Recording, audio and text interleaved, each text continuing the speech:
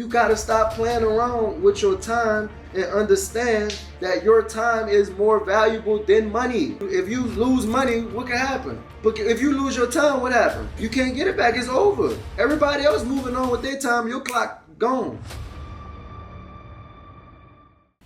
Alright, I know a lot of times like we don't really have those in-depth conversations, or we don't have, actual things that we need to focus on to improve our entrepreneurship skills.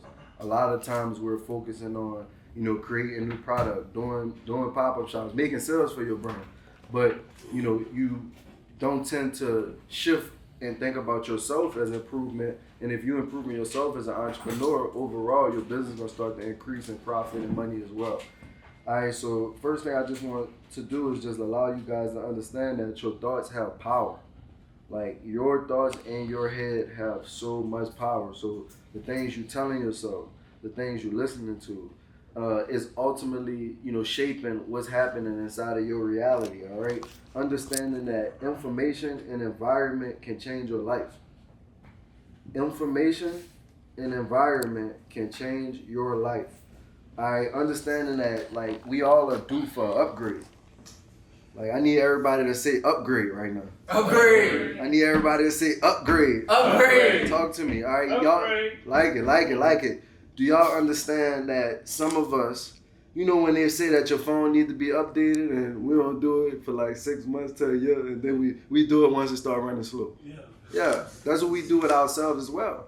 But we do for upgrade. I need you to say upgrade again. Upgrade. You need to press the button. It's time to press the button and upgrade yourself to your V2 version, to your V3 version, to your V4 version. Like, you aren't the same person you were yesterday. Like, we got to realize we're going to get information today that's going to change who we are. And every day that's happening. All right, so understand that your thoughts have power. All right, say my thoughts have power. My thoughts have power, son. I love it. All right, the next thing I want to talk about is, where is my profit? All right, where is my profit? All right, I came up with it's an analogy for that. All right, with the P being processes, all right, with the R being routines, with the O being opportunities, with the F being focus, with the I being innovation, and with the T being tracking. So let's go back to the first, for P, for profit. We got processes. Like, are you actually making your life easier? Or are you making your life harder? Are you wasting time doing the same things over and over again? I'll give you an example. It was times where we would have the same emails come through. I need to, update. I ordered the wrong size. I needed to change it to another size. So I need you to understand that profit is within the process. Like, instead of wasting 5 minutes every time somebody send you that email on typing it out from the start to the finish, how about you at least create a template that's going to save you a little time. Maybe you put some dots or boxes where you need to insert maybe their name or maybe their order number. But now when you go to answer that same email, you have saved yourself so much time. And your profit is within that, because if you're taking so much time on emails, you're not able to do pop-up shops. You're not able to create content. So your time is so valuable, and what you're doing with that time and the processes that you have inside of your business is ultimately where that profit is lying at. All right? Next is going to be routines. Understanding that what you're doing right now isn't what $1 million brand owner does. Isn't what $1 million brand, $1 million company is doing. That was why we needed to go out to Oregon and go see Nike, to realize that on a day-to-day basis, we don't have 90% of the processes, people, and things that they're doing inside their business and our business. And that's why our business isn't to that level. So realizing that we have not arrived to where we needed to be, and we need to develop the routines of successful entrepreneurs and brand owners that's doing millions of dollars. Because what we currently have inside of our system isn't that. And it's okay. But realizing what your routine is right now to what you want it to be is going to be something that's totally different. So realizing that change is going to happen. All right? Next, we're going to go with O. That's going to be opportunities. This one's going to hit right here. Do you create opportunities, or do you wait for opportunities? That's the difference. Because a lot of people may wait for opportunities. So you waiting on something to happen. You waiting to meet somebody. You waiting on somebody to put you in a certain position. You waiting for Marlon to say, hey, do you want to be on the podcast, instead of saying, how can I get on the podcast? It's a different mindset. Are you creating opportunity for yourself? Or are you waiting on opportunity? I need everybody to say, I'm creating opportunity. I'm creating opportunity. That starts today.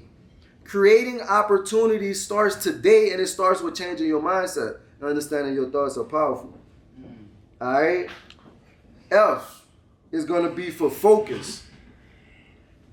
Understanding our 80-20 rule is going to apply to a lot of things, not just where you need to focus at within your distribution. You're going to realize that 80% of your sales going to come from 20% of your customers.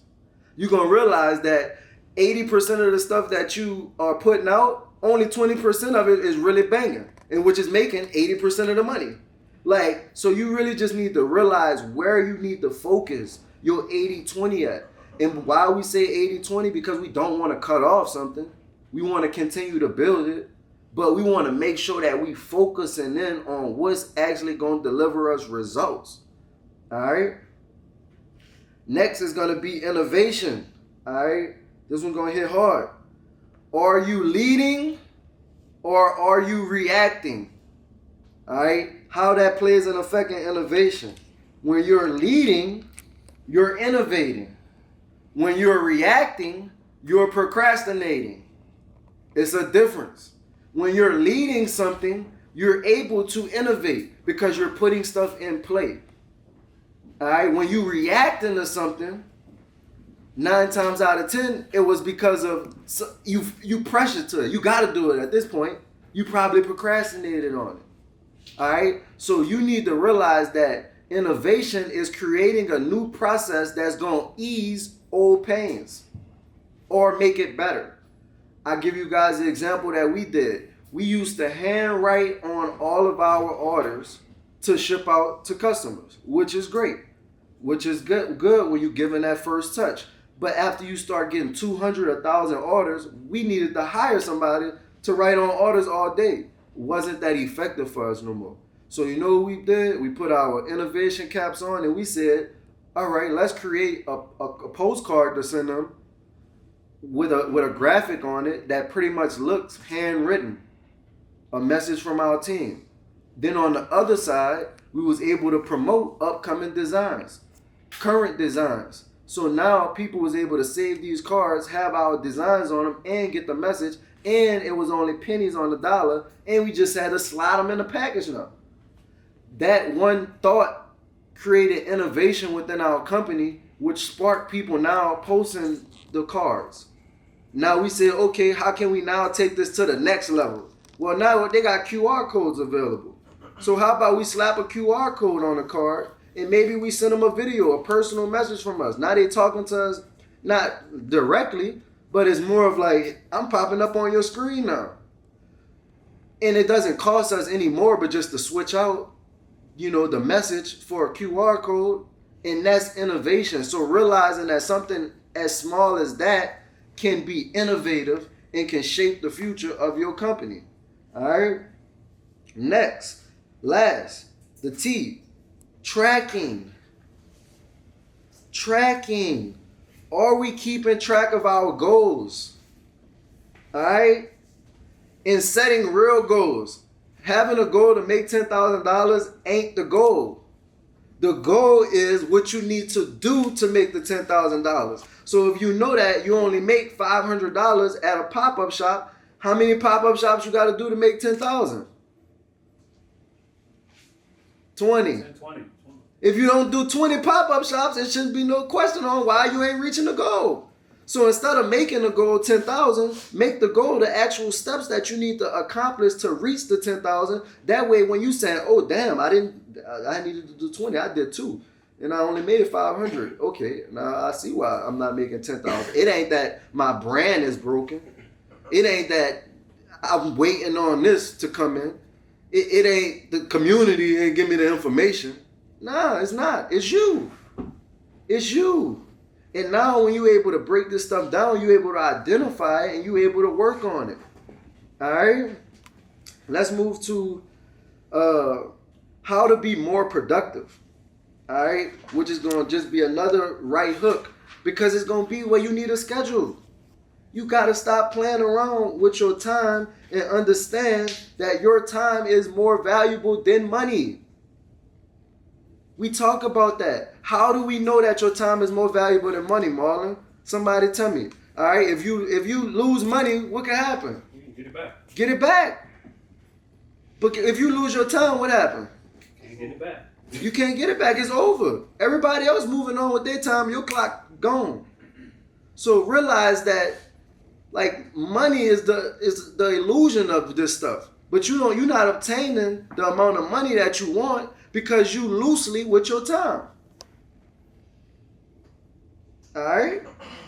Some things that you need to do inside your schedule. You need to make sure you add in clarity breaks. All right? I recommend going on walks. Some people may do the gym. My number one would be going on walks. And what you want to do is take 20 to 30 minutes to, like, just think. A lot of the times we be so in the motion of doing our brand, creating a new design, figuring out what pop-up shop we need to go to, that we don't sometimes look at it from the big picture. And on your clarity breaks, I want you to remove yourself as the player, and I want you to be the owner, the GM. I want you to look from a top view and be able to say, like, what is it that I'm doing or I'm not doing, or how can I brand this better? What type of opportunities can I create for myself instead of wait for myself? All right, that's the times to make those thoughts happen. A lot of times we're not creating opportunities because we don't think about opportunities because we don't have the time to. So I want you to insert clarity breaks inside of your schedule. All right. Next, what I want you to do is I want you to create blocks for specific tasks, projects, and departments. If you want to work on content, create a 30-minute block, maybe 2-3 days a week. And so instead of committing to, I'm going to make content every day, maybe commit to, okay, I'm going to make content within this scheduled time. Whatever I get to, I get to. Whatever I don't. And don't be upset if you don't get to it. You didn't have enough time. But what we do is we try to cram 1 million departments in one day, and then we wonder why we, worried. Correct, because you're trying to be the accountant, the designer, the pop-up shop, everything in 1 hour. All right? So I want you to create specific content. I want you to create specific blocks to be able to handle these different projects to make your life just a little bit more easy. And if you don't get to it, it's okay. 9 times out of 10 at your current workplace, if you don't get to it, you come back to it the next day. So why are you so stressed inside of your brand if you don't get to it? You on your clock.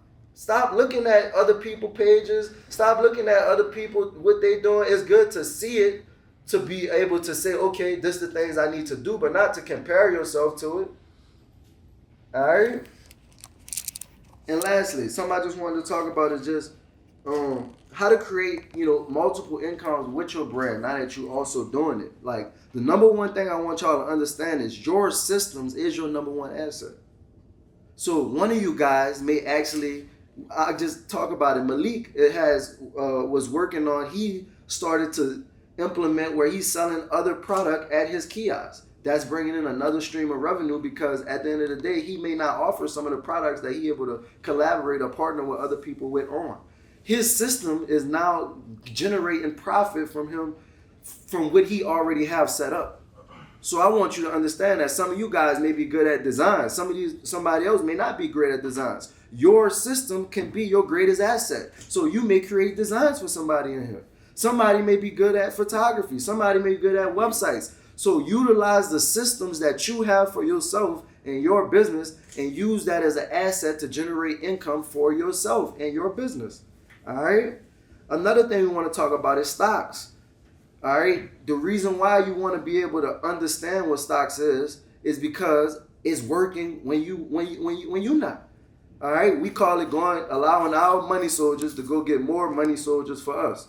So as you pay yourself from your brand and you're now able to start, taking care of what you got on side of investing, You want to be able to put that inside of stocks. You can easily buy that on Robinhood. I'm not a financial advisor. I'm not here to give any picks or nothing like that. But I'm just telling you the things that you need to be looking into, because your brand is going to be one source of income. And I want you to take that source of income and start sprinkling little other seeds that you may not have to look at all day long, but you still have it there while you still running your brand, while you still building your company. All right. Another thing is going to be real estate. At least buying where you stay.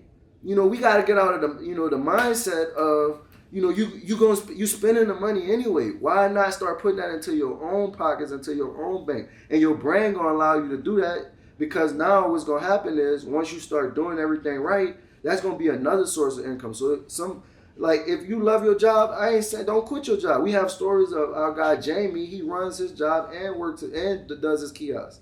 So it works for some people. Now you're going to be able to use 2 incomes to show the bank, and now you are going to be able to get that house, but you got to still be running it properly. All right. And another thing I want you guys to add is going to be called digit. All right. That's going to be where what I used to have, where little change will just come out of your account and go into different savings. So you need to have stuff set up that's putting stuff to the side for you, and whether that could be investing in more merchandise. So you need, and that's going to be digit. Another thing everybody in here need to have, because we brand owners, we don't, when you go full time, you don't have no retirement. So you want to, if you on Robinhood or you can have Acorns, you want to learn what a Roth IRA is. All right, and you want to be contributing to that every single year. I want to say is max out at $7,500. Like if you 25 and you max that out, you 9 times out of 10 gonna be a millionaire. And you could have just been running your brand, doing basic stuff, and stashing $7,500 to the side every year and become a millionaire pretty much doing that. So we just need to understand that our brand is ultimately the leverage point. All right, your brand gonna be able to get you in different doors. Your brand gonna be able to give you different opportunities, and then you want to extract those opportunities, and you want to continue to multiply that in different ways. All right?